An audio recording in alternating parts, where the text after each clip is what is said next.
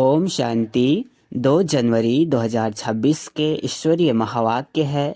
पहले सुनते हैं मुरली के मुख्य पॉइंट्स। बाबा ने कहा, बाप दादा की पहली शिक्षा है कि ब्राह्मण जीवन आपस के रूहानी स्नेह से चले। मतभेद देह अभिमान की निशानी है, जबकि रूहानी प्यार ईश्वरीय परिवार की पहचान है। ईश्वर के दिल पर चढ़ना केवल बोल से नहीं, मनसा वाचा कर्मणा सेवा से होता है। जितनी सच्ची सेवा उतनी ही आत्मा बाप के दिल के करीब आती है। दैवी गुणों की धारणा ही भविष्य के ऊंचे पद का आधार है। जो यहाँ दैवी स्वभाव नहीं अपनाता वह वहाँ ऊंचा स्थान नहीं पा सकता। छेरखंड बनकर रहना ब्राह्मण जीवन की सबसे बड़ी परीक्षा है। जहाँ मिठास और शीतलता है, वहीं ईश्वरीय सर्विस स्वतः सफल होती है। लोन पानी स्वभाव सेवा को डिसर्विस में बदल देता है। माया छोटे छोटे मतभेदों से आत्मा को पद से गिराने की कोशिश करती है। ईश्वरीय परिवार में रहना सौभाग्य है, पर एक मत रहना पुरुषार्थ है। जो एक मत में रहता है वही विजय माला का दाना बनता है। श्रीमत पर चलने वाले ही सर्वगुण संपन्न बनने के अधिकारी हैं। अपनी मत मिलाने से पद घटता है, श्रीमत मानने से भाग्य बनता है। लास्ट में बाबा ने कहा, हर ब्राह्मण को रोज अपने दिल से सवाल करना चाहिए, मैं ईश्वरीय सेवा में सहायक हूँ या कहीं बाधा तो नहीं बन रहा हूँ। हर छोटा बड़ा काम भी ईश्वरीय सेवा है। खाना बनाना, सफाई करना भी तब महान बनता है जब बाप की याद साथ हो। अच्छा, अब सुनते हैं मुरली को विस्तार से। मुरली का सार। मीठे बच्चे, तुम्हें आपस में बहुत बहुत रूहानी स्नेह से रहना है। कभी भी मतभेद में नहीं आना है। प्रश्न, हर एक ब्राह्मण बच्चे को अपने दिल से कौन सी बात पूछनी चाहिए? उत्तर, अपने दिल से पूछो। पहला, मैं ईश्वर की दिल पर चढ़ा हुआ हूँ। दूसरा, मेरे में दैवी गुणों की धारणा कहाँ तक है। तीसरा, मैं ब्राह्मण ईश्वरीय सर्विस में बाधा तो नहीं डालता। चौथा, सदा छीरखंड रहता हूँ, हमारी आपस में एक मत है। पांचवा, मैं सदा श्रीमत का पालन करता हूँ। गीत में है भोलेनाथ से निराला। ओम शांति। तुम बच्चे हो ईश्वरीय संप्रदाय, आगे थे आसुरी संप्रदाय। आसुरी संप्रदाय को यह पता नहीं है कि भोलानाथ किसको कहा जाता है। यह भी नहीं जानते कि शिव शंकर अलग अलग हैं। वह शंकर देवता हैं, शिव बाप हैं। कुछ भी नहीं जानते हैं। अब तुम हो ईश्वरीय संप्रदाय अथवा ईश्वरीय फैमिली। वह है आसुरी फैमिली रावण की। कितना फ़र्क है। अभी तुम ईश्वरीय फैमिली में ईश्वर द्वारा सीख रहे हो कि एक दो में रूहानी प्यार कैसा होना चाहिए। एक दो में ब्राह्मण कुल में यह रूहानी प्यार यहाँ से भरना है। जिनका पूरा प्यार नहीं होगा तो पूरा पद भी नहीं पाएंगे। वहाँ तो है ही एक धर्म एक राज्य, आपस में कोई झगड़ा नहीं होता। यहाँ तो राजाई है नहीं। ब्राह्मणों में भी देह अभिमान होने कारण मतभेद में आ जाते हैं। ऐसे मतभेद में आने से आने वाले सजाएं खाकर फिर पास होंगे। फिर वहाँ एक धर्म में रहते हैं तो वहाँ शांति रहती है। अब उस तरफ है आसुरी संप्रदाय व आसुरी फैमिली टाइप। यहाँ है ईश्वरीय फैमिली टाइप। भविष्य के लिए दैवी गुण धारण कर रहे हैं। बाप सर्वगुण संपन्न बनाते हैं। सब तो नहीं बनाते हैं, सब तो नहीं बनते हैं। जो श्रीमत पर चलते हैं वही विजय माला का दाना बनते हैं। जो नहीं बनेंगे वह प्रजा में आ जाते हैं। वहाँ तो डीटी गवर्नमेंट हैं। 100% प्योरिटी पीस प्रॉस्पर्टी रहती है। इस ब्राह्मण कुल में अभी दैवी गुण धारण करने हैं। कोई तो अच्छी रीति दैवी गुण धारण करते दूसरों को कराते रहते हैं। ईश्वरीय कुल का आपस में रूहानी स्नेह भी तब होगा जब देही अभिमानी होंगे। इसलिए पुरुषार्थ करते रहते हैं। अंत में भी सबकी अवस्था एक रस एक जैसी तो नहीं हो सकती है, फिर सजाएं खाकर पदभ्रष्ट हो पड़ेंगे, कम पद पा लेंगे। ब्राह्मणों में भी अगर कोई आपस में छेड़खंड होकर नहीं रहते हैं, आपस में लून पानी हो रहते हैं, दैवी गुण धारण नहीं करते, तो ऊंच पद कैसे पा सकेंगे? लोन पानी होने के कारण कहाँ ईश्वरीय सर्विस में भी बाधा डालते रहते हैं, जिसका नतीजा क्या होता है? वह इतना ऊंच पद नहीं पा सकते। एक तरफ पुरुषार्थ करते हैं छेड़खंड होने का, दूसरी तरफ माया लोन पानी बना देती है, जिस कारण सर्विस बदले डिससर्विस करते हैं। बाप बैठ समझाते हैं, तुम हो ईश्वरीय फैमिली, ईश्वर के साथ रहते भी हो, कोई साथ रहते हैं, कोई दूसरे दूसरे गांव में रहते हैं, परंतु हो तो इकट्ठे न। बाप भी भारत में आते हैं, मनुष्य यह नहीं जानते शिव बाबा कब आते हैं, क्या आकर करते हैं। तुमको बाप द्वारा अभी परिचय मिला है, रचता और रचना के आदि मध्य अंत को अब तुम जानते हो। दुनिया को पता नहीं कि यह चक्र कैसे फिरता है, अभी कौन सा समय है, बिल्कुल घोर अंधियारे में है। तुम बच्चों को रचता बाप ने आकर सारा समाचार सुनाया है, साथ साथ समझाते हैं कि हे सालिग्रामों, मुझे याद करो। यह शिव बाबा कहते हैं अपने बच्चों को, तुम पावन बनने चाहते हो ना, पुकारते आए हो। अभी मैं आया हूँ, शिव बाबा आते ही हैं भारत को फिर से शिवालय बनाने। रावण ने वैश्यालय बनाया है, खुद ही गाते हैं कि हम पतित विशेष हैं। भारत सतयुग में संपूर्ण निर्विकारी था। निर्विकारी देवताओं को विकारी मनुष्य पूजते हैं, फिर निर्विकारी ही विकारी बनते हैं। यह किसको पता नहीं है। पूज्य तो निर्विकारी थे, फिर पुजारी विकारी बने हैं, तब तो बुलाते हैं, हे पतित पावन आओ, आकर निर्विकारी बनाओ। बाप कहते हैं यह अंतिम जन्म तुम पवित्र बनो, माँ में कम याद करो तो तुम्हारे पाप कट जाएंगे और तुम तमोप्रधान से सतोप्रधान देवता बन जाएंगे, फिर चंद्रवंशी क्षत्रिय फैमिली टाइप में आएंगे। इस समय हो ईश्वरीय फैमिली टाइप, फिर दैवी फैमिली में 21 जन्म रहेंगे। इस ईश्वरीय फैमिली में तुम अंतिम जन्म पास करते हो। इसमें तुमको पुरुषार्थ कर फिर सर्वगुण संपन्न बनना है। तुम पूज्य थे, बरोबर राज्य करते थे, फिर पुजारी बने हो। यह समझाना पड़े ना, भगवान हैं बाप, हम उनके बच्चे हैं, तो फैमिली हुई ना। गाते भी हैं, तुम मात पिता हम बालक तेरे, तो फैमिली ठहरे ना। अब बाप से सुख घनेरे मिलते हैं। बाप कहते हैं तुम हमारी फैमिली बेशक हो, परंतु ड्रामा प्लान अनुसार रावण राज्य में आने के बाद फिर तुम दुख में आते हो तो पुकारते हो। इस समय तुम एक्यूरेट फैमिली हो, फिर तुमको भविष्य 21 जन्म लिए वर्षा देता हूँ। यह वर्षा फिर दैवी फैमिली में 21 जन्म कायम रहेगा। दैवी फैमिली सतयुग त्रेता तक चलती है, फिर रावण राज्य होने से भूल जाते हैं कि हम दैवी फैमिली के हैं। वाम मार्ग में जाने से आसुरी फैमिली हो जाती है। 63 जन्म सीढ़ी गिरते आए हो। यह सारी नॉलेज तुम्हारी बुद्धि में है, किसको भी तुम समझा सकते हो। असुल तुम देवी देवता धर्म के हो। सतयुग के आगे था कलयुग, संगम पर तुमको मनुष्य से देवता बनाया जाता है। बीच में है यह संगम, तुमको ब्राह्मण धर्म से फिर दैवी धर्म में ले जाते हैं।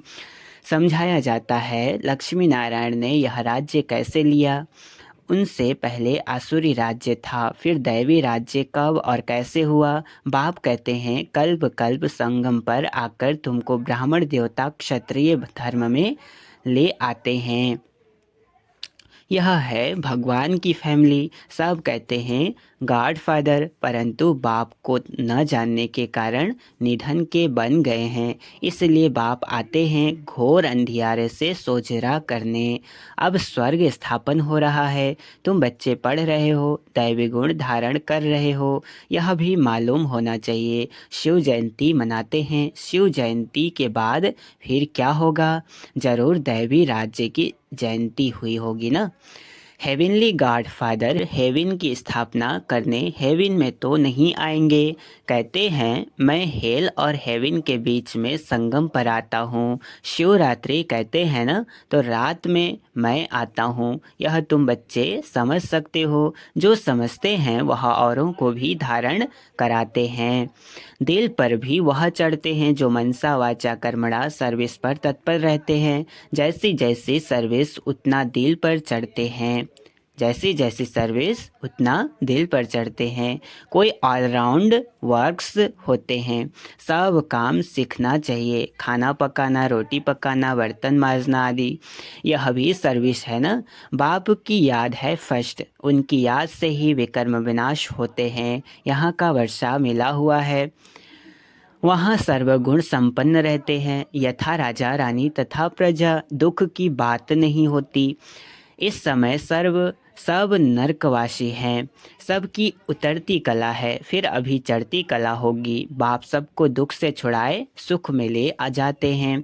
इसलिए बाप को लिबरेटर कहा जाता है। यहाँ तुमको नशा रहता है। हम बाप से वर्षा ले रहे हैं, लायक बन रहे हैं। लायक तो उनको कहेंगे जो औरों को राजाई पद पाने लायक बनाते हैं। यह भी बाबा ने समझाया है। पढ़ने वाले तो बहुत आएंगे, ऐसे नहीं कि सब 84 जन्म लेंगे। जो थोड़ा पढ़ेंगे वह देरी से आएंगे तो जन्म भी कम होंगे ना। कोई 80, कोई 82। कौन जल्दी है आते, कौन जल्दी आते, कौन पीछे आते। कोई जल्दी आते, कोई पीछे आते। सारा मदार पढ़ाई पर है। साधारण प्रजा पीछे आएगी। उन्हों के 84 जन्म हो न सके, पीछे आते रहते हैं। जो बिल्कुल लास्ट में होगा वह त्रेता अंत में आकर जन्म लेगा। फिर वाम मार्ग में जाते हैं, उतरना शुरू हो जाता है। भारतवासियों ने कैसे 84 जन्म लिए हैं, उनकी यह सीढ़ी है। यह गोला है ड्रामा के रूप में। जो पावन थे वही अब पतित बने हैं, फिर पावन देवता बनते हैं। बाप जब आते हैं तो सबका कल्याण होता है। इसलिए इसको ऑस्पिशियस युग कहा जाता है। बलिहारी बाप की है जो सबका कल्याण करते हैं। सतयुग में सबका कल्याण था, कोई दुख नहीं था। यह तो समझाना पड़े कि हम ईश्वरीय फैमिली टाइप के हैं। ईश्वर सबका बाप हैं। यहाँ ही तुम माता पिता गाते हो, वहाँ तो सिर्फ फादर कहा जाता है। यहाँ तुम बच्चों को माँ बाप मिलते हैं। यहाँ तुम बच्चों को एडॉप्ट किया जाता है। फादर क्रिएटर हैं तो मदर भी होगी, नहीं तो क्रिएशन कैसे होगी। हेवनली गॉड फादर कैसे हेवन स्थापन करते हैं यह न भारतवासी जानते हैं न विलायत वाले ही जानते हैं। अभी तुम जानते हो नई दुनिया की स्थापना और पुरानी दुनिया का विनाश तो ज़रूर संगम पर ही होगा। अभी तुम संगम पर हो। अभी बाप समझाते हैं माँ में कम याद करो। आत्मा को याद करना है परमपिता परमात्मा को। आत्मा को याद करना है परमपिता परमात्मा को। आत्माएं और परमात्मा अलग रहे बहुकाल। सुंदर मेला कहाँ होगा? सुंदर मेला ज़रूर यहाँ ही होगा। परमात्मा बाप यहाँ आते हैं। इसको कहा जाता है कल्याणकारी सुंदर मेला। जीवन मुक्ति का वर्षा सबको देते हैं। जीवन बंध से छूट जाते हैं। शांति धाम तो सब जाएंगे। फिर जब आते हैं तो सतो प्रधान रहते हैं। धर्म स्थापन अर्थ आते हैं। नीचे जब उनकी जनसंख्या बढ़े तब राजाई के लिए पुरुषार्थ करें। तब तक कोई झगड़ा आदि नहीं रहता। सतो प्रधान से रजो में जब आते हैं तब लड़ाई झगड़ा शुरू करते हैं। पहले सुख फिर दुख, अब बिल्कुल ही दुर्गति को पाए हुए हैं। इस कलयुगी दुनिया का विनाश, फिर सतयुगी दुनिया की स्थापना होनी है। विष्णुपुरी की स्थापना कर रहे हैं ब्रह्मा द्वारा। तो जो जैसा पुरुषार्थ करते हैं उस अनुसार विष्णुपुरी में आकर प्रारब्ध पाते हैं। यह समझने की बहुत अच्छी अच्छी बातें हैं। इस समय तुम बच्चों को बहुत खुशी होनी चाहिए कि हम ईश्वर से भविष्य 21 जन्मों का वर्षा पा रहे हैं। जितना पुरुषार्थ कर अपने को एक्यूरेट बनाएंगे। तुम्हें एक्यूरेट बनना है। घड़ी भी लीवर और सेकंड सिलेंडर होती है ना। घड़ी भी लीवर और सिलेंडर होती है ना। लीवर बहुत एक्यूरेट होती है, बच्चों में कई एक्यूरेट बन जाते हैं, कई अनएक्यूरेट हो जाते हैं तो कम पद हो जाता है। पुरुषार्थ करके एक्यूरेट बनना चाहिए। अभी सब एक्यूरेट नहीं चलते। तदवीर तदवीर कराने वाला तो एक ही बाप है। तकदीर बनाने के पुरुषार्थ में कमी है, इसलिए पद कम पाते हैं। श्रीमत पर न चलने के कारण, आसुरी गुण न छोड़ने कारण, योग में न रहने कारण यह सब होता है। योग में नहीं है तो फिर जैसे पंडित, योग कम है इसलिए शिव बाबा तरफ लाव नहीं रहता। धारणा भी कम होती है, वह खुशी नहीं रहती। शक्ल ही जैसे मुर्दों मिसल रहती है। तुम्हारे फीचर्स तो सदैव हर्षित रहने चाहिए, जैसे देवताओं के होते हैं। बाप तुमको कितना वर्षा देते हैं। कोई गरीब का बच्चा साहूकार के पास जाए तो उनको कितनी खुशी होगी। तुम बहुत गरीब थे, अब बाप ने अडॉप्ट किया है तो खुशी होनी चाहिए। हम ईश्वरीय संप्रदाय के बने हैं, परंतु तकदीर में नहीं है तो क्या किया जा सकता है। पद भ्रष्ट हो जाता है, पटरानी बनते नहीं। बाप आते ही हैं पटरानी बनाने। तुम बच्चे किसको भी समझा सकते हो कि ब्रह्मा विष्णु शंकर तीनों हैं शिव के बच्चे। भारत को फिर से स्वर्ग बनाते हैं ब्रह्मा द्वारा, शंकर द्वारा पुरानी दुनिया का विनाश होता है। भारत में ही बाकी थोड़े बचते हैं। प्रलय तो होती नहीं, परंतु बहुत खलास हो जाते हैं। तो जैसे कि प्रलय हो जाती है, रात दिन का फर्क पड़ जाता है, वह सब मुक्ति धाम में चले जाएंगे। यह पतित पावन बाप का ही काम है। बाप कहते हैं देही अभिमानी बनो, नहीं तो पुराने संबंधी याद पड़ते रहते हैं। छोड़ा भी है फिर भी बुद्धि जाती रहती है। नष्टो मोहा है नहीं, इसको व्यभिचारी याद कहा जाता है। सद्गति को पा न सके क्योंकि दुर्गति वालों को याद करते रहते हैं। अच्छा, मीठे मीठे सिकिल्धे बच्चों प्रति माता पिता बाप दादा का याद प्यार और गुड मॉर्निंग। रूहानी बाप की रूहानी बच्चों को नमस्ते। हम रूहानी बच्चों की रूहानी माता पिता बाप दादा को याद प्यार और गुड मॉर्निंग। नमस्ते नमस्ते नमस्ते। शुक्रिया बाबा शुक्रिया। धारणा के लिए मुख्य सार है। पहला पॉइंट, बाप दादा की दिल पर चढ़ने के लिए मनसा वाचा कर्मणा सेवा करनी है। एक्यूरेट और ऑलराउंडर बनना है। दूसरा, ऐसा देही अभिमानी बनना है जो कोई भी पुराने संबंधी याद न आए। आपस में बहुत बहुत बहुत रूहानी प्यार से रहना है। लोन पानी नहीं होना है। वरदान आज का, विश्व परिवर्तन के श्रेष्ठ कार्य में अपनी अंगुली देने वाले महान स्वनिर्माण भाव।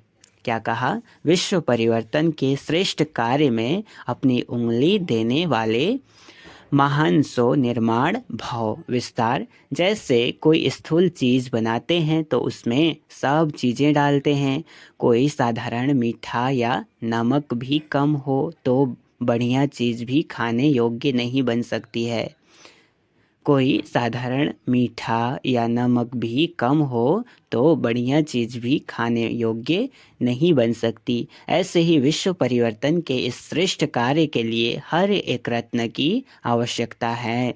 सबकी अंगुली चाहिए। सब अपनी अपनी रीति से बहुत बहुत आवश्यक श्रेष्ठ महारथी हैं। इसलिए अपने कार्य की श्रेष्ठता के मूल्य को जानो। सब महान आत्माएं हो, लेकिन जितने महान हो उतने निर्माण भी बनो। स्लोगन है, अपनी नेचर को इजी यानी सरल बनाओ तो सब कार्य इजी हो जाएंगे। अपनी नेचर को इजी बनाओ तो सब कार्य इजी हो जाएंगे। अव्यक्त इशारे, इस अव्यक्ति मास में बंधन मुक्त रह जीवन मुक्त स्थिति का अनुभव करो। जीवन में रहते समय नाजुक होते परिस्थितियां, समस्याएं, वायुमंडल डबल दूषित होते हुए भी उसके प्रभाव से मुक्त, जीवन में रहते इन सर्व भिन्न भिन्न बंधनों से मुक्त रहना है। एक भी सूक्ष्म बंधन नहीं हो, ऐसा हर एक ब्राह्मण बच्चे को बंधन मुक्त जीवन मुक्त बनना है। संगम युग पर ही इस जीवन मुक्त स्थिति की प्रारब्ध का अनुभव करना है। अच्छा, ओम शांति।